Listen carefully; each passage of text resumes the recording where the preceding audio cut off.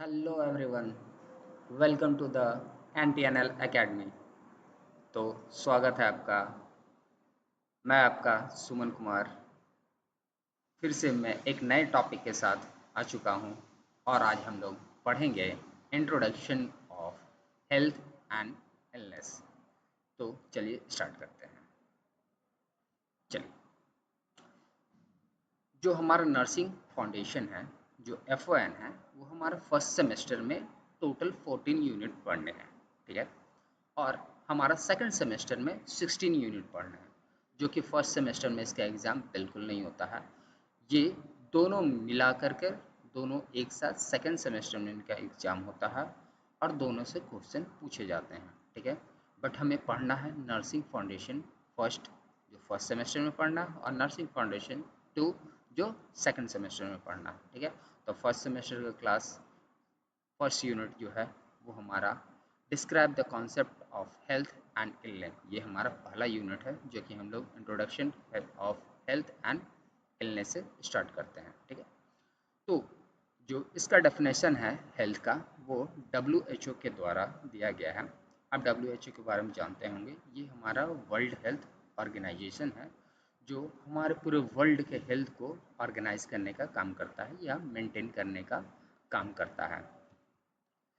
ये क्या है कि हर एक चीज़ के बारे में बताता है और पूरे वर्ल्ड को हेल्थ से जागरूक करता है और हेल्थ से रिलेटेड इश्यूज़ के बारे में या प्रॉब्लम्स के बारे में डिस्कस करता है और पूरे वर्ल्ड में नॉलेज, प्रिवेंशन, प्रिकॉशन है जो कि एक्सप्रेड करने का काम करता है। चलिए, तो इसके द्वारा WHO के द्वारा हेल्थ का डेफिनेशन क्या दिया गया है वो देखते हैं।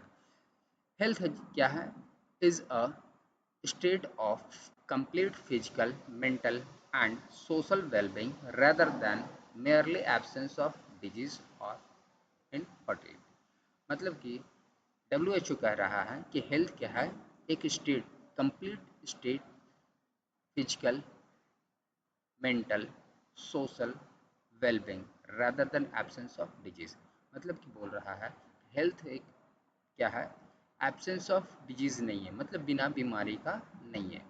हेल्थ का मतलब होता है फिजिकली, कंप्लीट फिजिकली आप हेल्दी हैं, मेंटली फ्री हैं, मेंटली स्ट्रेस कुछ नहीं है, डिप्रेशन नहीं है, आपको किसी भी प्रकार का मेंटल प्रॉब्लम नहीं है, और सोसाइटी में आप वेल बीइंग हैं, मतलब कि आप अपने सोसाइटी में भी अच्छे से रह रहे हैं, आसपास के लोगों से आपका अच्छा रिलेशन है, तब ही आप एक हेल्दी पर्सन हैं। अदरवाइज आप एक हेल्दी पर्सन नहीं हैं।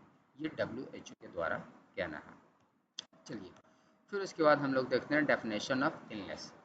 इसका भी अगर WHO के अकॉर्डिंग देखा जाए तो वही वर्ल्ड हेल्थ ऑर्गेनाइजेशन, यहाँ मैंने आपको फुल फॉर्म भी उसका बता दिया है। तो इलनेस क्या है? एक defined holistically as a state in which a person physically, intellectual, emotional, social और spiritual functioning is diminished or impaired in comparison to their previous state। मतलब कि इलनेस क्या बोल रहा है? इलनेस मतलब कि कोई बीमारी या कोई भी प्रॉब्लम जो हमारे हेल्थ रिलेटेड है।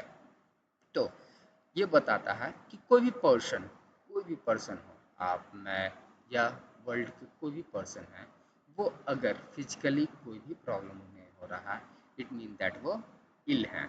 तो मतलब कि वो बीमार हैं।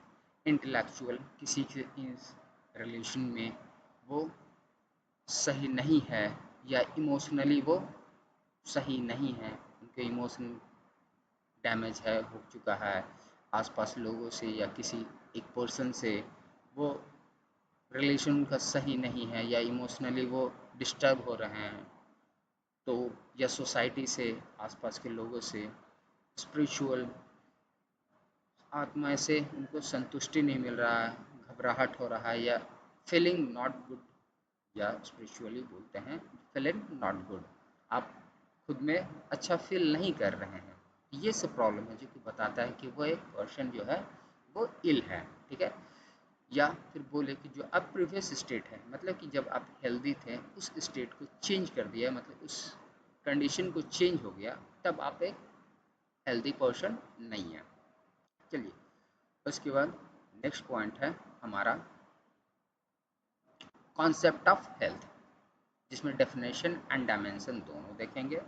तो डेफिनेशन मैंने आपको पहले भी बता रखा है WHO के अकॉर्डिंग ही। उसके बाद तो डेफिनेशन यहाँ पे मैं छोड़ देता हूँ। अब हम लोग आगे बढ़ते हैं। बच्चों, यहाँ तक कोई भी दिक्कत हो किसी को तो प्लीज़ कमेंट करके पूछें, जिससे मैं आपकी ज़्यादा से ज़्यादा सहायता कर सकूँगा। ठीक है, चलिए नेक्स्ट पॉइंट देखते हैं, dimension of health. Dimension of health में क्या करता है, मतलब कि हेल्थ रिलेटेड इश्यूज जो है वह कहाँ कहाँ से हो सकते हैं, कैसे कैसे हो सकते हैं। चलिए, तो पहला है फिजिकली। फिजिकली में देखिए कि कोई भी रीजन हो सकता है हमारे बॉडी में जिसकी वजह से हमारे बॉडी से फिजिकली प्रॉब्लम हो सकता है। अगर प्रॉपर हम लोग एक्सरसाइज वगैरह करते हैं तो फिर उससे प्रॉपर हेल्दी रह सकते हैं। बट कोई आदमी है जो कि फिजिकली हेल्दी नहीं है, तो फिजिकल इशू की वजह से हमारे जो फंक्शनल बॉडी पार्ट हैं वो अगर प्रॉपर वर्क नहीं कर पा रहा है तो वो हमारा फिजिकल डायमेंशन में आ जाएगा। उसके बाद है हमारा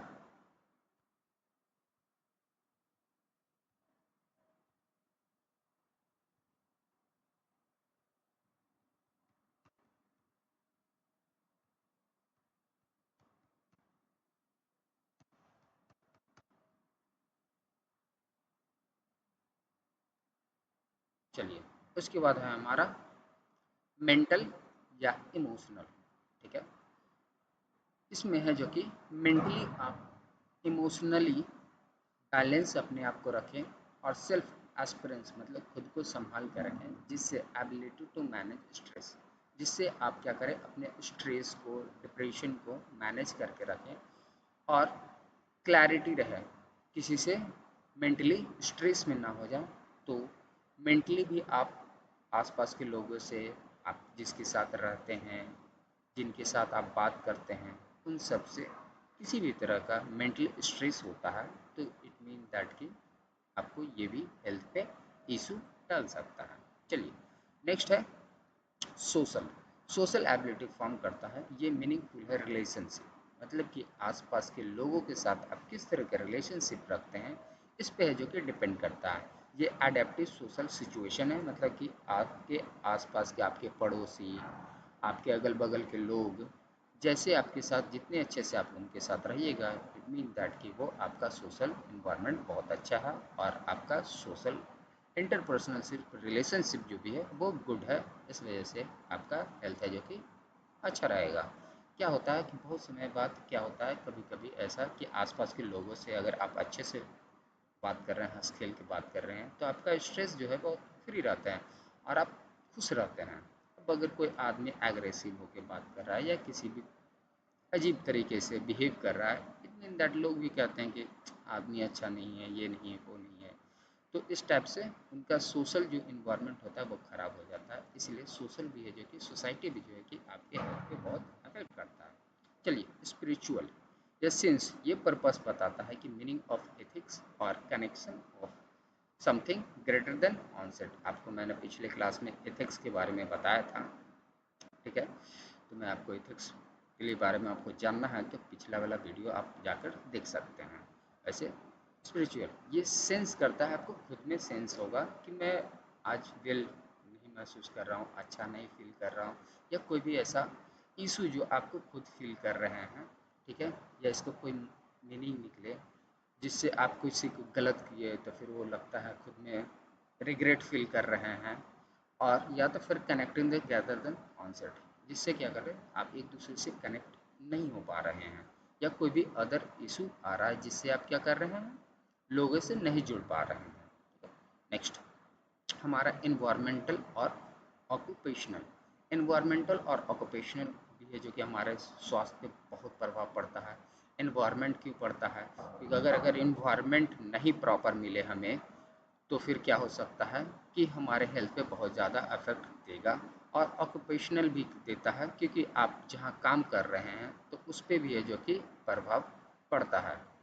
चलिए बच्चों, तो आज के लिए इतना ही। हम मिलते हैं अगले क्लास में, जो हमारे लिए जो भी इंफॉर्मेशन है वो आपको देते रहेंगे। Thank you class.